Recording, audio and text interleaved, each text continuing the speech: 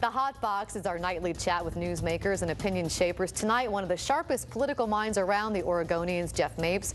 Welcome back to the Hot Box. So nice to have you here. Let's start. Well, it's good to see you. The Oregon Senate race, it's all over the airwaves. That's all we see, it seems like, as far as commercials between Gordon Smith and Jeff Merkley.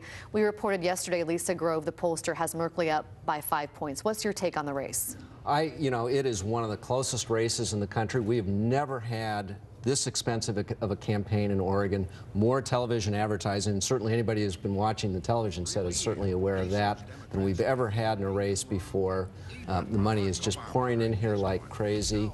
I think you're right. 3 out of the last 4 polls have shown Jeff Merkley with a lead, 4, 5, 6 points, somewhere in that area. One's showing the race close. So I think you have to say this is very close.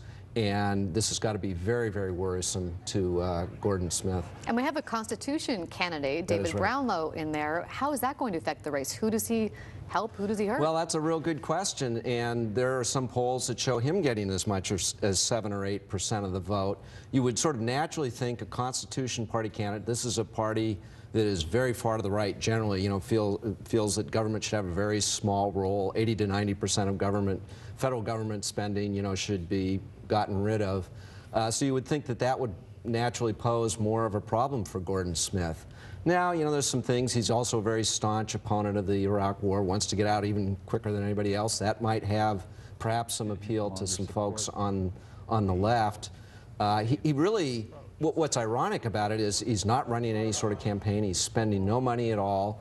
But in all this flood of negative ads and everything, he may well be a place that a certain number of voters decide to park their vote. Because of the frustration factor. People just so frustrated with the negative campaigning. And to some degree, and they hear so much bad about the other 2 candidates. Here's a guy they don't hear anything about at all, really.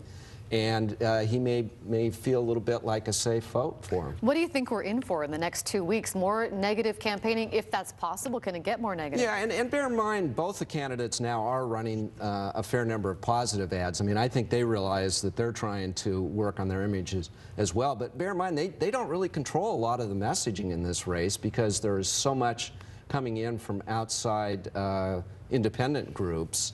And so I don't think anybody wants to quit a bit. Everybody feels, in fact, the closeness of the race, the fact that there's an incumbent in trouble, that's just going to bring even more groups and more money in. In fact, another group started just today or yesterday. Let's talk about your Oregon legislative list where you rank Oregon House races that might switch parties. How